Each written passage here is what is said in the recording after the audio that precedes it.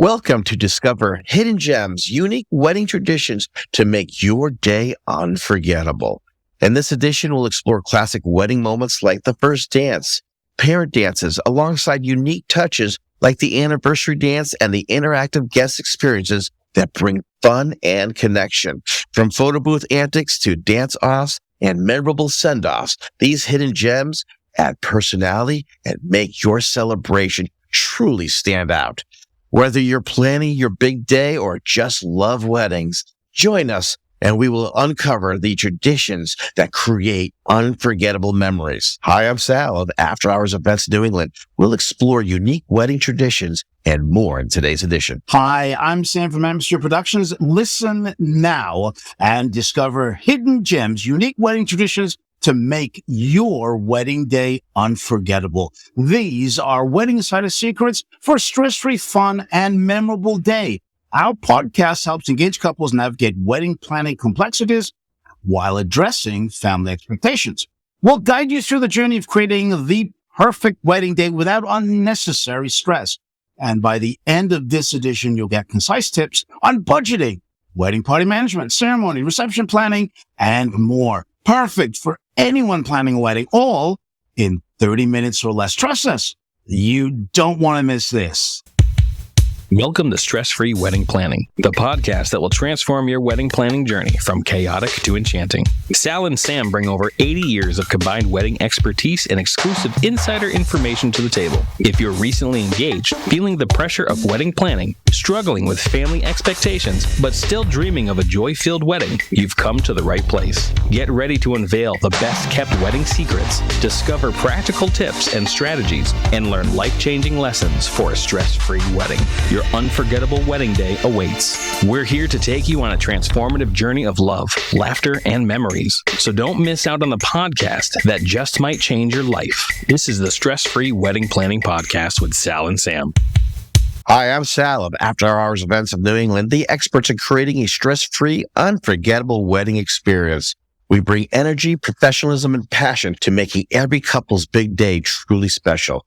Visit us at afterhoursevents.com. Learn more about our experience and journey to help you with stress-free wedding planning in the trailer or pilot of this podcast. Hi, I'm Sam from the award-winning Atmosphere Productions, wedding entertainment with expert knowledge and the difference in quality. Visit us at atmosphere-productions.com. Today's edition is all about discovering those hidden gems. Yes, unique wedding traditions to make your wedding day unforgettable. But first, if you have a question or concern, go now to Facebook and join us on the Stress-Free Wedding Planning community and ask away. You can also join us on our YouTube channel. Just search Stress-Free Wedding Planning Podcast, subscribe, and get it first. Welcome to the Stress-Free Wedding Planning Podcast. Today, we'll reveal unique wedding traditions and fun extras to make your celebration truly unforgettable. Now, here is something that is pretty traditional that almost everyone does, and that's the first dance. And we are seeing some changes with the first dance, such as some people are not even doing them, or some will shorten the dance so it's not so long for them. It could happen right after your introduction, or it could happen after dinner. You choose. It's your way. That's just all that matters, getting it the way you want it. But to make it a little unique, what I typically offer many of my clients is coming into our office and having each one of them record a message to the other. Of course, they're not in the room at the same time when they're recording this because we don't want the other to hear the message, and they both get to hear each other's message for the very first time with their guest at the wedding. A little something that's a little more unique and can bring a lot of fun. Yeah, that's so great to see something like that, Sal. And when you're at the wedding and you experience it, it really is that little 1% that makes the difference at the wedding. Now, you mentioned something before about shortening songs. This has become very, very popular now. And that is a client wanting to have, instead of a 4-minute song, a 2-minute song, which is totally appropriate. There are certain songs that not all the lyrics are appropriate. So we will literally go in and snip out the first verse and take it to the 4th verse, for instance. so that it's only a minute and a half, 2 minutes long.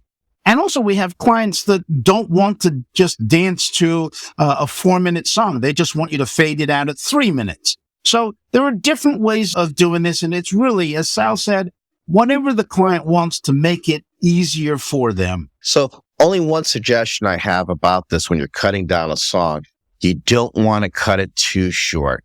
I've had couples like, we only want it to be a minute. We want it to be a minute and a half. And at that point, you've just been introduced onto the dance floor. The song is started and it's already ending. And it's, in my opinion, kind of useless at that point. So you really need to make that 2-minute mark. So 2.5 minutes is usually the best way to do it. In my opinion, I think it's just too quick when it's anything that's under 1:30. Our next unique tradition is, again, something that we do, and that's the parent dances. And by this, we mean father-daughter, mother-son dances. And you're probably saying, so what's unique about this? Well, it isn't. Some people want to do this dance. Some people don't want to do this dance. I've had clients that have a father that they're not too close to, so they don't want to do that dance. Or a mother is not alive anymore, so the son doesn't want to do the dance. Absolutely fine, whatever you choose. But you've also got to remember there are different family structures now. You might want to do a stepfather, stepdaughter dance, or you might want to do a stepmother, stepson dance. There are so many combinations that you can do. It's whatever that makes you feel more comfortable. It's your day after all. So if you don't want to do any of these parent dances, you do not have to do them. Yeah, absolutely, Sam. You don't have to do them if you don't want to do them. But again, there's other options like you mentioned. Another one is dancing with your grandfather or your grandmother or just a close relative that's important to you and you want to spotlight them. This is another thing, just like the first dance I mentioned, you could come in and record a message to that person and have it mixed into the song where everyone gets to hear it for the first time at the wedding. This creates great emotion and really goes over really well. But again, it's got to be for you, so that's totally up to you. So now, another tradition that's kind of going away is the cake cutting. We're not seeing it as often as we used to. We're seeing more private cake cuttings or not doing it at all. One thing I do suggest, because some people still do this every once in a while, Sam, and that is smashing the cake in their partner's face. That is never, ever a good idea. Especially you grooms, don't do it to your bride. $300 for the hair, $300 for the makeup, and let's not even talk about the dress if you get something on the dress. That's a tradition that I never understood and really you should stay away from. If you're going to do the cake cutting, be nicey nice, especially in the public eye. And again, you don't have to, the cake doesn't have to happen. I've had times where there's no cake at all at the wedding. They just have something different for dessert. Yeah, the cake cutting is definitely going the way of some other traditions. Although I have had the cake cutting used as a birthday celebration for the bride or the groom or the couple. Instead of cutting and feeding it, they have everybody gather around the cake and sing happy birthday. So if you don't want to do the cake yet again, you don't have to do those.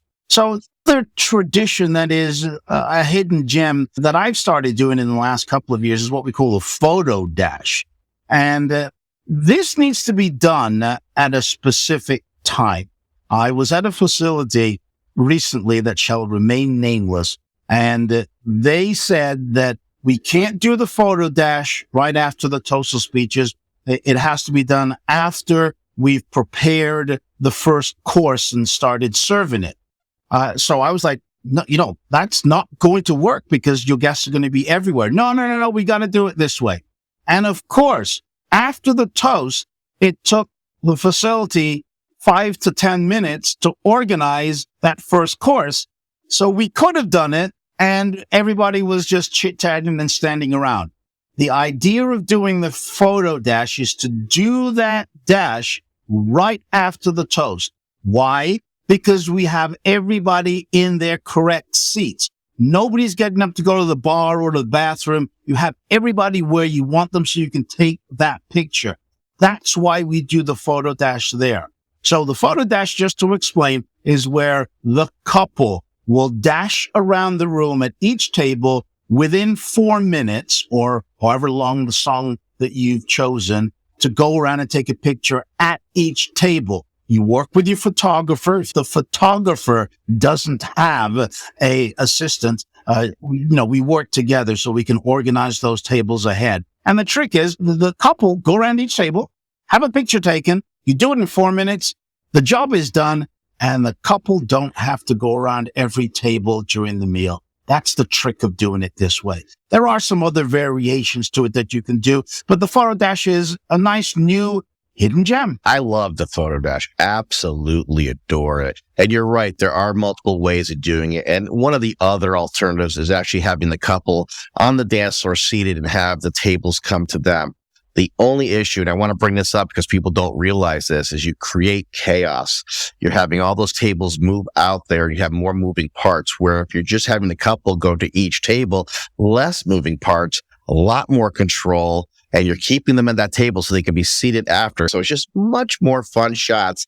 And one of the things I've been doing lately is because of how the wedding's being put together is I don't wait to do it after the speeches. I actually do it immediately following the intro's first dance, right to the photo dash. We know everyone's at their seat because the bar is still closed, and we just go right into it and create a lot of energy and get everyone all excited, and then get our couple seated and get ready to go into the speeches or whatever they're going to do at that point. So another thing to have that's a lot of fun at your wedding is having a fun photo booth. People, there's so many unique booths out there. Stop just using the backdrop and having a camera or having a cell phone take selfie type shots. Get a unique photo booth. Also, you have the book at the end, the scrapbook, where you have all the pictures of everyone that took pictures in the booth, and they get the right well wishes and things like that. This is a keepsake you're going to be going back to again and again. Not like that book you buy, they sign it, and then you throw that book in a corner in your closet later because, what's so big about that? This has everyone's pictures, having fun, having a great time, and saying some really kooky things that might be just between the two of you, which could be a lot of fun. We've just explained different things you can do to make your wedding unique and unforgettable, such as the first dance, parent dances, cake cutting, having a photo dash, and the always fun photo booth. Coming up next, fun add-ons and icebreakers, anniversary or memory table, interactive guest experience, dance-offs, or group dances and special send-offs. This is the Stress-Free Wedding Planning Podcast with Sal and Sam, a podcast for engaged couples concerned about wedding planning and family expectations, but who want to have a stress-free, fun, and unforgettable wedding. On today's Wedding Tip Wednesday, have fun. Where the couple is, the guests will follow. And if you're happy and having a great time on the dance floor, that's where everyone else will be also.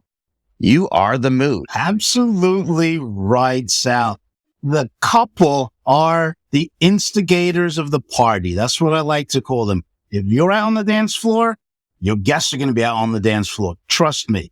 But if you're outside playing bocce or playing cards or just drinking at the bar, guess where your guests are going to be? And guess what? You'll have an empty dance floor. That's another tip from Sal and Sam. Wedding Tip Wednesday is available on the Stress-Free Wedding Planning Facebook group page every Wednesday. Join the group for free. And now back to the Stress-Free Wedding Planning Podcast. Welcome back to our discussion about discovering hidden gems, unique wedding traditions to make your day unforgettable. Hi, I'm Sal from After Hours Events of New England. And I'm Sam from Atmosphere Productions. We've already discussed parent dances, first dance, cake cutting, and photo booth fun. So let's go on to talk about our anniversary or memory table. And this is a table that we have at the reception, or you can also have it at the ceremony as well. And it's a table that has pictures of the couple's loved ones that may not be available to come to the ceremony or reception. And it's a really nice way to kind of honor those loved ones. Have you seen many of these tables, Sal? I've seen it in different ways, from having a small table that actually has a setting and it has one of those picture frames that flips through the pictures, which is pretty cool. I've seen when you first enter the facility where you'll see picture frames of people that are no longer with us and having their names in front of them to let them know who they are, the grandfather of Jane or what have you. So yeah, this is very common. I'm seeing this like all the time. And another thing that's been happening too, Sam, is getting an LCD and having these pictures clip through the whole night in a specific spot in the reception hall so people get to look at it all night and go back to it anytime they want. So that's called an anniversary or memory table. Now, there is something that I know Sal likes to do. He does something called a dance-off. Do you still do that, Sal? Yeah, and it seems to be becoming more and more popular at the weddings that I'm doing. So what is cool is a circle will develop, and then someone or a couple people will go in and just kind of dance it out, and then pick new people to come in and them dancing it out. Just having a great time with family and friends, just showing off their moves. And it's always cool when you have that one kid who knows how to do a little break dancing or do the worm, and everyone loves that type of thing.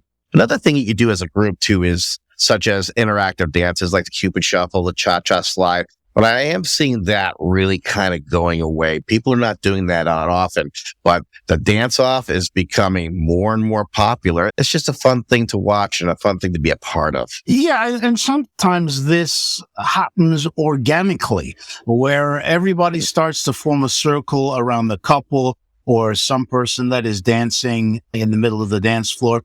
And typically, as the DJ, I don't encourage them if they do it organically. But if we're doing a line dance, electric slide, yeah, I still will go out there and show folks how to do the electric slide. But you're right. Those sort of line dances are going away. And most people actually put on my form, we don't want to do the chicken dance or the Macarena because, we don't like it or seen too much of it. So those are current things that are kind of coming back in vogue, dance-off and group dances. One more unique wedding tradition, although it's not really unique, is the special send-off. But there are different ways of doing a send-off now. Now, back in edition 105, we discussed something that we call a private last dance. And this is a kind of a send-off that comes in two parts. Typically, the private last dance is where we invite the couple to the dance floor, but we invite everyone to leave the room. And the supposition is that the guests are going outside to get ready for the sparkler exit. But in reality, what we're doing is a final last dance that the couple alone will dance to. This is something that you prepare ahead with the facility, your photographer, your video, and obviously your DJ has got to be an integral part of this. So what we typically do then is once everybody's out of the room, the wait staff leave the room and any other incidental people that we don't need to have in the background. Typically now we play the song. I leave the room too, or duck down behind my system so that when the photographer's taking picture, it literally looks like there's nobody in the room. And then obviously when the song is done, then the couple can say their goodbyes, go outside and do the sparkler exit, which leads nicely to another send off, which is the sparkler exit. So what you do, the guests line up, they get sparklers. And firstly, please make sure that your facility has allowed you to do sparklers, because you don't want to burn down buildings because the insurance payments on that are very expensive. Make sure you can do a sparkler send-off at the facility that you've selected. And obviously the photographer and video are going to create some stunning photo images from what you do there. Always recommend a sparkler exit if you can do it. It is a great thing to do. So, talking about the sparkler send-off there, Sam, keep in mind in Connecticut, they are legal. In Massachusetts, they are not. Even if the facility says, hey, go ahead, you can do it, keep in mind, if a cop comes by and sees the sparklers, they can actually cause some problems and get some fines. The one thing that scares me about a sparkler send-off, I think it looks really cool in pictures. It looks really cool when you're on the outskirts of looking at it. But the thing is, these people have all been drinking all night. So do you really want to give hot pokers to people who've been drinking? I unfortunately had a photographer who actually got poked in the face, very close to her eye, and got burnt. So there are other ways, though. You could do bubbles, which could be really nice. You could do confetti, which can get very messy, and you better have someone who's been willing to pick that up because the facility may not be too happy with that.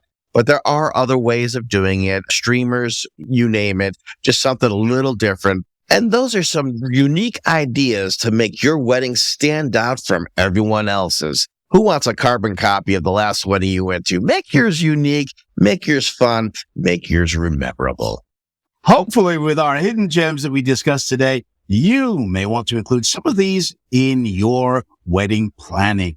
These will definitely help you have the most memorable event yet. So there you have it. We just provided some insider tips on hidden gems, unique wedding traditions to make your day unforgettable. Create a unique experience for your guests that will have them talk about your wedding years to come. Tell us all about some ideas you have on our Facebook community. Now, as you spend the next week planning your wedding, if you want me, Sal, or our community of stress-free engaged couples and wedding experts to answer any wedding-related questions, then join us in the Stress-Free Wedding Planning Facebook group. Once you're in, go ahead and share your concerns and worries, and we'll let you know if you're on the right track or if there are some things you need to work on. The link to join us is in the show notes of this edition, or go to Facebook and search for the Stress-Free Wedding Planning community. Remember to do something nice for someone today.